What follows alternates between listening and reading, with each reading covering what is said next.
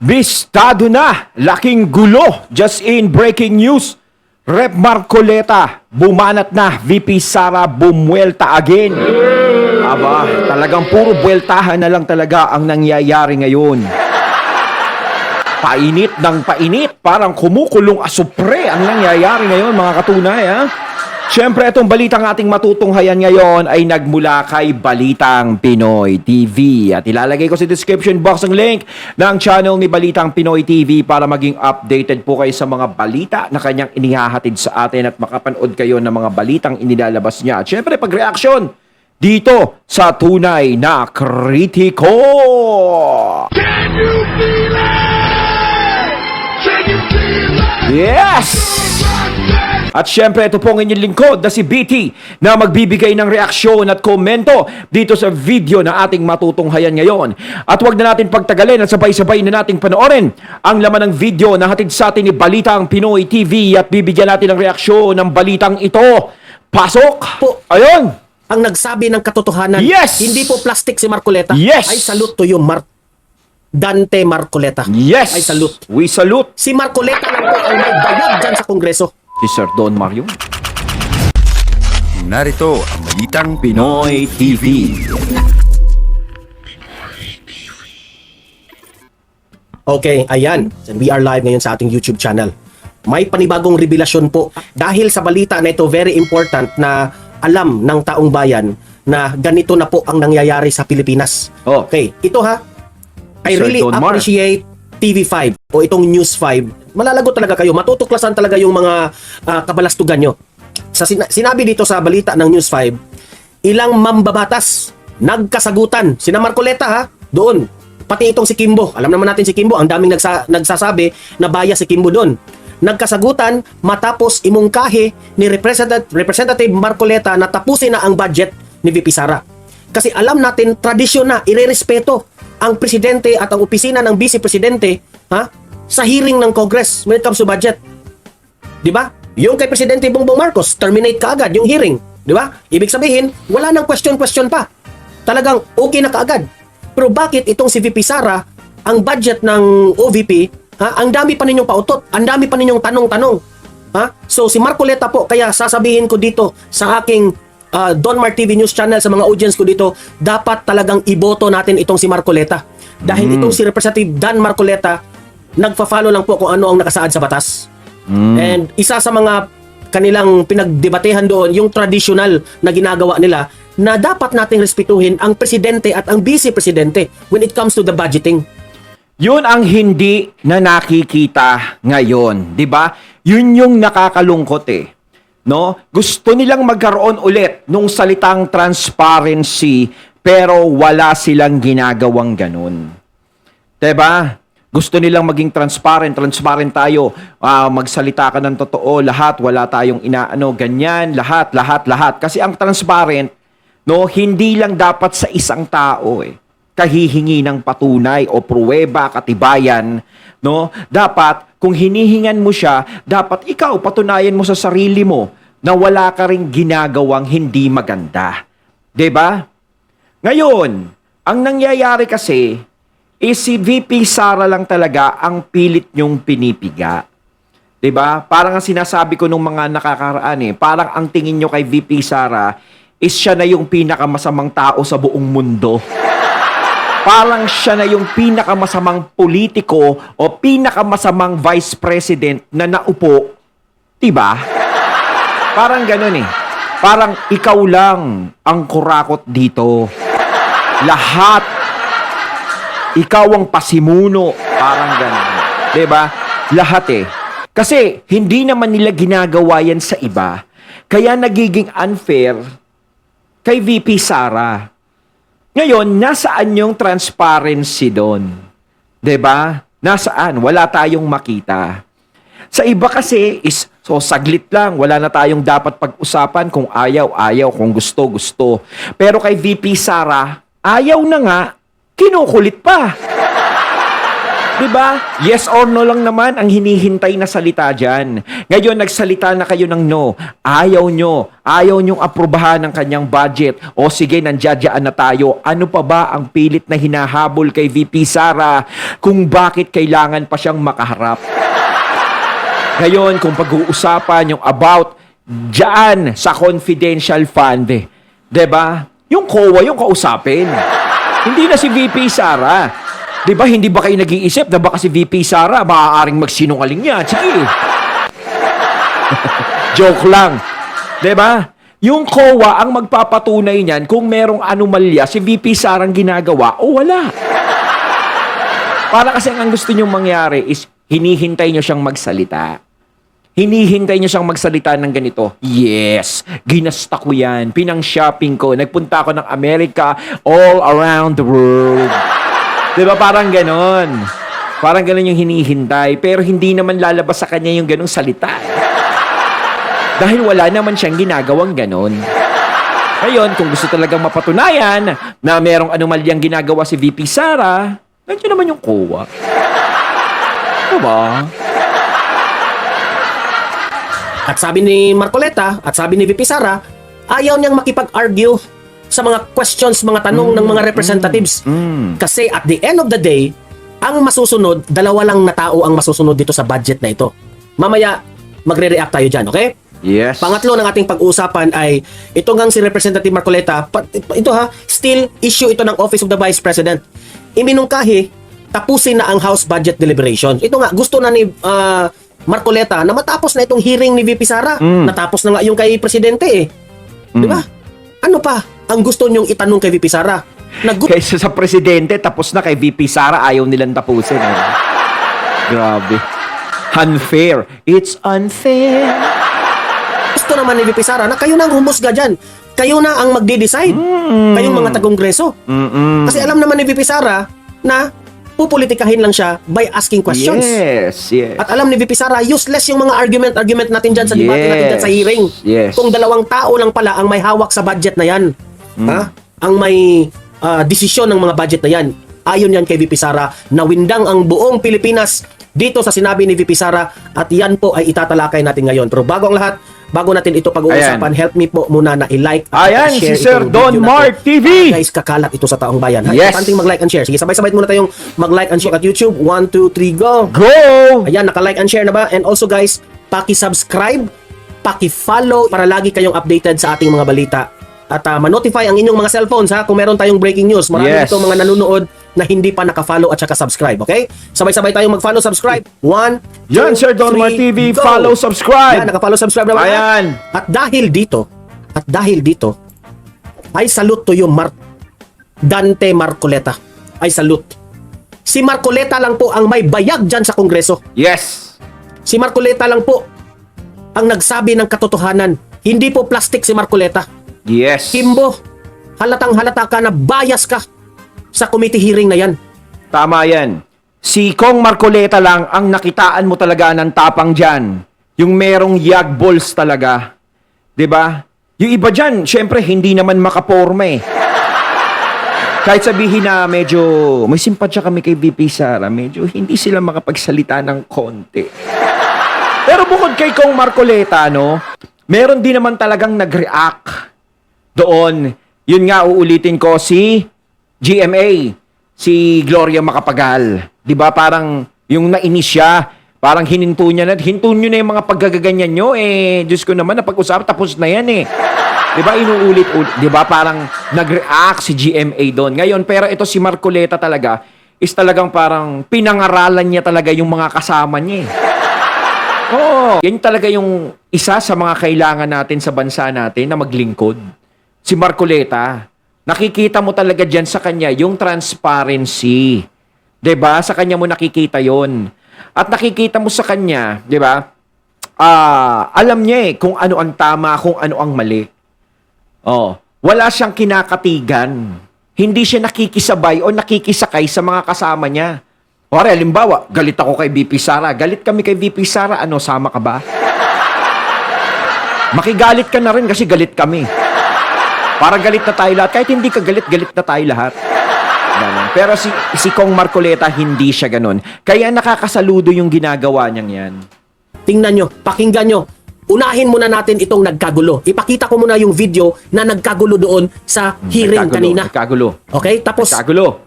i-play natin yung video na para maintindihan natin bakit nagkagulo. Okay? O heto, Marcoleta, pasok! Ba't ang nangyari? A bunch of questions. That's why I'm asking. Bakit natin ginawa yun earlier? Ito na yun ha. Ito na yung nagkagulo na. Okay? Nagkagulo na. Kasi si Marcoleta, uminit ang kanyang ulo. Kasi po, bakit hindi natin sinusunod yung traditional na irespeto natin ang presidente at yung vice-presidente?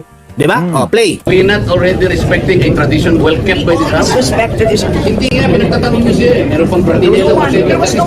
Pinagtatanong mo siya eh. Diba? Sabi ni Yun! Marcoleta, pinagtatanong mo siya. Ang ibig niya sabihin, si VP Sara. The office of the president, vice president. So, ano yung pinagtatanong niyo sa kanya eh? This question never happened before. That is the one I'm explaining to you. Itong nangyari na ito, hindi ito nangyari before. Sa At saka nawawala na sila talaga ng respeto. 'Di ba? Ang nangyayari kasi galit kami diyan kay Sara Duterte. Hindi na nila nakikita na vice president ang kaharap nila. 'Di ba? Nirerespeto nila yung presidente pero yung vice presidente hindi nila nirerespeto. Tapos maghahanap sila ng respeto sa vice presidente. Eh si vice presidente nga hindi nirerespeto eh. 'Di ba? So ano pa yung hahanapin nila? Yung gusto nilang makuha kay VP Sara. Kasi si ang mga Duterte pansin ko diyan. Kung ikaw ay may respeto sa kanila, doble ang respetong ibabalik nila sa iyo. Pero kung wala kang respeto sa kanila at bastos ka sa kanila, triple naman ang ibabalik nila sa iyo. Gaya ng pagsuporta nila kay PBBM nung eleksyon. 'Di ba? Pinakita ni PBBM, lumapit sila, humingi ng tulong nung eleksyon. 'Di ba? Nagtiwala si VP Sara, nagtiwala ang mga Duterte. Doble ang ibinigay. Natiwala ng mga Duterte kay PBBM para magbigay ng suporta. 'Di ba? Na naging dahilan kung bakit naging malakas na malakas ang unity team nung mga panahon na 'yon. 'Di ba? Ang laking tulong ang ginawa nila. Na ngayon pinapakinabangan ng mga kontrabida. Di ba? Ngayon, rumerespeto ka sa presidente, pero sa vice, hindi kayo rumerespeto. Dapat hindi ganun eh. Kahit isipin natin na galit ako dyan, inis ako dyan. Di ba? Vice President yan eh. Di ba? Vice President yan. Siguro naman dyan sa mga yan, merong naiinis din sa presidente. Pero syempre, takot lang nila. Pero samahan na rin natin ng salitang respeto. Baka may salitang respeto sila dyan. Kaya na nangyayari kasi kaaway ng Duterte. Kaaway ng Duterte ang administrasyon. Kahit banata natin ang banata ng mga Duterte, okay lang naman yan. 'Di ba? Kahit bastusin natin yan, okay lang yan. Walang kakana dyan. 'Di ba? Parang ganun yung nangyari. 'Di ba? Masyadong naging kumpiyansa kayo kasi alam nyo na merong hidwaan. Ang administrasyon, si Tambi, si PBBM, merong silang hindi pagkakaunawaan. 'Di ba? Parang meron kayong pinapanigan. Kasi napakarami yung itinatanong kay VP Sara, pero sa iba wala naman kayong itinatanong. Saglit lang tapos na, pero sa kanya is tumatagal pa. Mantakin nyo yung hearing nyo, yung yung pagkuha lang ng desisyon nyo. Kung papayag kayo o hindi, umabot ng ilang oras. Eh di ba, dapat minuto lang yan eh. Tapos may continuation pa, dapat may part 2 pa na hearing uli. Ano na naman sasabihin nyo kay VP Sara niyan? Malamang ko, tatanungin nyo na naman ang tatanungin. Ganun. Parang, kasi kapag ang tao kinukulit mo, kakatanong mo, nakukulit, nakakabuisit. Diba? Eto na nga tapos na, diba? Wala na, Ano pa ba itinatanong nyo? Sa tagal-tagal ni Marcoleta dyan sa Kongreso, hindi ito nangyari before. Hindi ito nangyari kay Binay, hindi ito nangyari kay Leni Robredo, hindi ito nangyari kay sino pa mga vice-presidenteng nagdaan. Nangyari lang po ito sa presidente, vice president, Inday Sara Duterte. Sa kanya lang talaga. Doon sa ibang yan, wala talaga. Hindi nangyari sa kanila yan yung mga nagdaang vice president. Kaya napaka-unfair sa katayuan ni VP Sara yung nangyayari ngayon.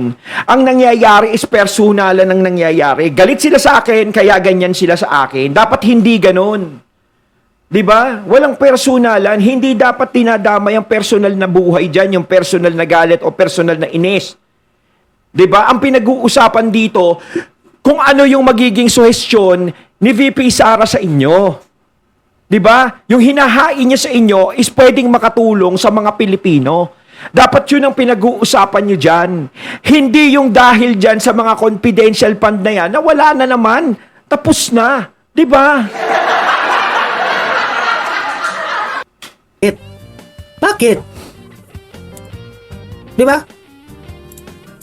It did not happen before. Now, ang tanong ko po, ba't nangyari po nung nakaraan, nangyayari na naman ngayon? We are talking of the office that the person was introduced. Actually, pumalag si Marcoleta kasi buong akala ni Marcoleta na yung budget po ng presidente natin, bubusihin rin nila, tatanungin rin nila, babatuhan rin nila ng question yung office of the president, ni Bongbong Marcos. Pero hindi, tinerminate ka agad, inaprubahan ka agad.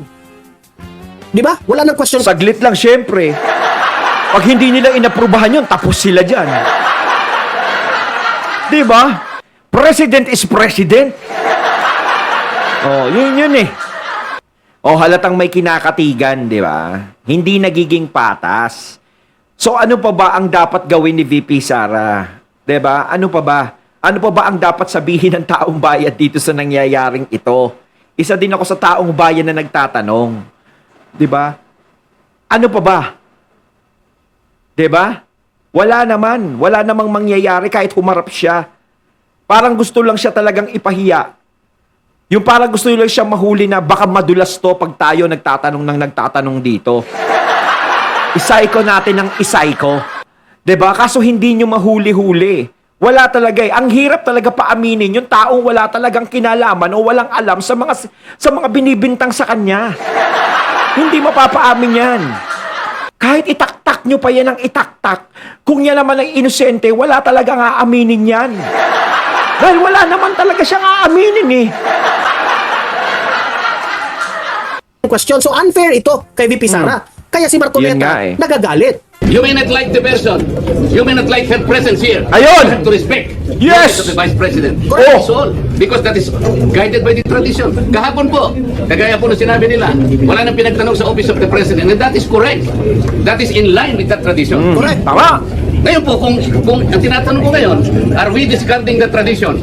And is this committee authorized to discard a well-kept tradition? Alam niyo sa totoo lang, sunog na sunog sila dito kay Marcoleta. Durog Sunog sila na eh, sunog no? sila dito.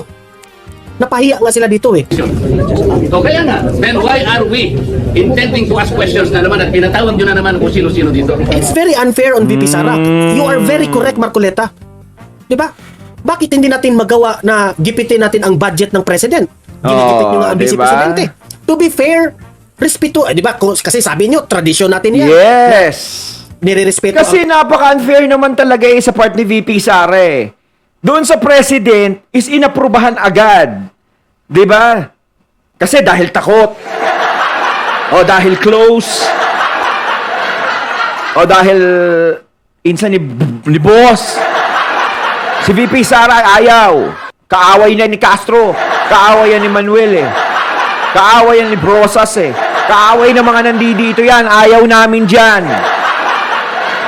Eh kung ganyan na magiging proseso, wala talagang magagawa si VP Sara sa bansa natin. 'Di ba? Wala talaga. 'Yun ang gusto nila eh. Yung walang magawa si VP Sara dito sa bansa natin. Yung hindi siya makita ng mga tao na kumikilos o may ginagawang proyekto sa bansa natin. Kasi kapag wala kang budget, hindi ka makakagalaw. Ayun 'yun. 'Di ba? Hindi naman pwede kasing sabihin na, oh, sa bulsa ni VP Sara manggagaling yan. Diba? Kahit gusto ni VP Sara na gano'n ang gawin niya, sa bulsa ko nalang kunin to. Para matuloy itong mga proyekto ko. Diyos ko. Siyempre, tignan natin, sa dami ng proyektong gagawin mo, diba? Maaari talagang maubos ka dyan. Kaya nga tayo may budget, may pondo galing sa taong bayan eh. Yan ang gagamitin sa pangangailangan ng bansa natin kung ano ang gusto nilang mga proyektong itayo para sa mga Pilipino. So dun dapat kumuha si VP Sara kung ang proyektong yan ay makakabuti sa mga Pilipino. Ang problema, yung magandang suwestyon na sinasabi niya, kahit gaano kaganda yung pagbibuild up niya sa proyekto na gusto niyang ipatupad, gusto niyang gawin, eh hindi nagiging maganda dun sa mga taong kaharap niya dahil galit sa kanya, dahil nape-personal yung nangyayari. Nagiging personal. Yun ang mali dun. Ginagawa niyong personal. Presidente, nirerespeto ang Vice President, kaya kaagad maa-approve yung mga budget na yan. Kasi yung minority, konti lamang, ang mananalo talaga ang mga majority. Pero look at what happened now. Bakit Oh. yung timing? Kasi wala na sa poder si VP Sara kay Bongbong Marcos, ginigipit na ninyo. Kung gigipitin nyo si VP Sara, gipitin nyo rin ang presidente. Para patas tayo dito. Yan ang ibig sabihin ni Marcoleta. I am just explaining here in a layman's term. Na Kaya nga eto lahat ng ginagawa nila, alam nyo, lahat yan, nagbabounce back sa presidente. Siya ang lumalabas ditong kontrabida. Siya yung lumalabas na masama dahil sa ginagawa niyong panggigipit kay VP Sara. 'Di ba? Sumasama ang imahe ni PBBM sa nangyayari. Siguro, kumbaga damay siya sa ginagawa niyo Nagagalit sa inyo yung mga tao, tapos nadadamay na rin siya. Siya kasi, naipasan nyo agad. Tapos si VP Sara, hindi. O siyempre, isipin ng mga, ano yung palakasan? Diba, gano'n? Ba't pa itong PBBM? Ganito. Siyempre, kung ano yung iisipin. Diba? Kaya yung hinahanap yung transparency, huwag niyong sasabihin yun. Walang gano'n. Wala kayong ginagawang ganun. Kaya, nakakalungkot lang talaga. iintindihan ng mga bangag vloggers, mga dilawista, mga loyalista na tudo ang simhot ng lubot ng Tambaluslos. That is why, kung hindi po kayo Sir Don Mar, ano ba yung lubot? Sir Don Mar, baka nanonood ka sa akin, ha? Tanong ko lang sana, ano ba yung lubot? Mga katunay, baka alam nyo din yung lubot. Ano ba yun? Kasagot, madam, ang tinanong Si Deo News, subscribe nyo yan si Deo News. Giniba nila ang tradisyon, correct? ko na sa inyo, I am now moving. May prati-pratinela pa. Saan po kayo nakakita ng gano'n? This did not happen anytime. Pang labing 7 taon ko na po ito. Napahiya sila dito ha, sunog na sunog sila. Madam Stella, I was already here when the Vice President was Noli de Castro, when the Vice President was Binay, when Vice President... Noli de Castro, Binay, nirerespeto nila lahat ng nagdaang mga vice presidente. You were also here in the last hearing, no? Motion was introduced. Yun na nga, kasi question na kaagad Wala man lang... Kimbo, alam mo Kimbo, sa 2023, na-approve nyo kaagad yung budget ni VP Sara. Kasi magkaalyado pa si VP Sara at si PBBM at that time. Huwag niyong lokohin ang taong bayan. Ayun nga kapag wala na sa tabi ng administrasyon, tablado na. Ganun yung nangyayari. Wala na, kalaban ka na No? Hindi ka na hawak dyan, kaya yari ka na sa amin. Parang ganun, Plastikan dito. We can read the records. You did not introduce Saan nag-motion siya ngayon? Mga audience ko dito, ilagay nyo dyan sa comment section, ilagay nyo dito sa chat box, lahat na tayo. This is for Marcoleta. Mabuhay ka, Marcoleta. Ilagay nyo dyan. Mag-comment kayo lahat. Ngayon na. Mabuhay, The most affordable 5G phone from Smart. Solid na cameras. Smooth na Marcoleta. Tama yung ginagawa mo. Ilagay nyo dyan. Yung status, yung status, That is just the first thing is that is the manifestation of Congressman Dante Marcoleta, and it should be answered by the members. If one motion, then after that, Marcoleta will vote that motion. Di ba? Pero, ano ang nag-ugat? Bakit nagkagulo? Ang dami nang nagsabi, mabuhay Marcoleta. Ayan. Yan, mabuhay. Ayan. Mabuhay Marcoleta. Tama yan. Mabuhay Marcoleta. Mabuhay Marcoleta. Sana tumakbo ko uling senador. Si Kong Marcoleta no? Mas maganda sa senado ka na lang Kailangan namin yung mga katulad mo. O kaya Vice President. Aba, pwede.